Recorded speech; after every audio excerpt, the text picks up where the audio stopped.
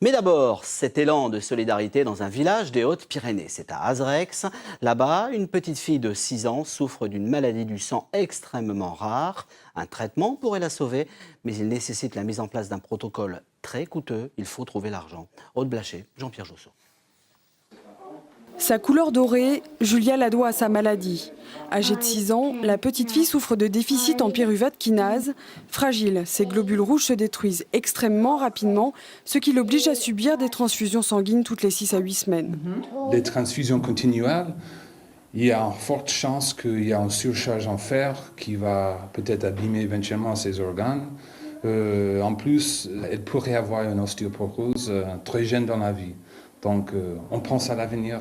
Julia est atteinte d'une maladie rare, à peine 40 cas recensés dans le monde. Pour guérir, une seule solution, la naissance d'un petit frère ou d'une petite sœur par fécondation in vitro.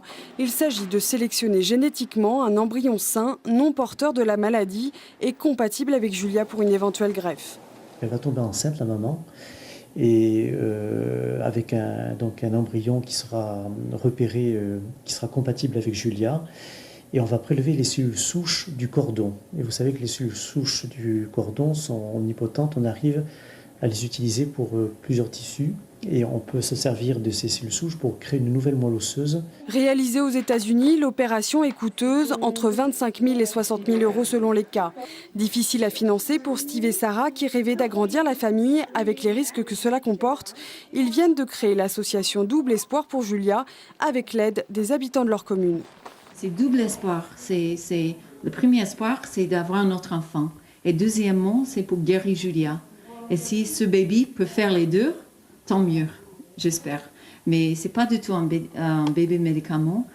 Créée il y a 2 semaines, l'association a besoin des dons de tous, une précieuse aide financière qui pourrait permettre à cette petite fille de vivre.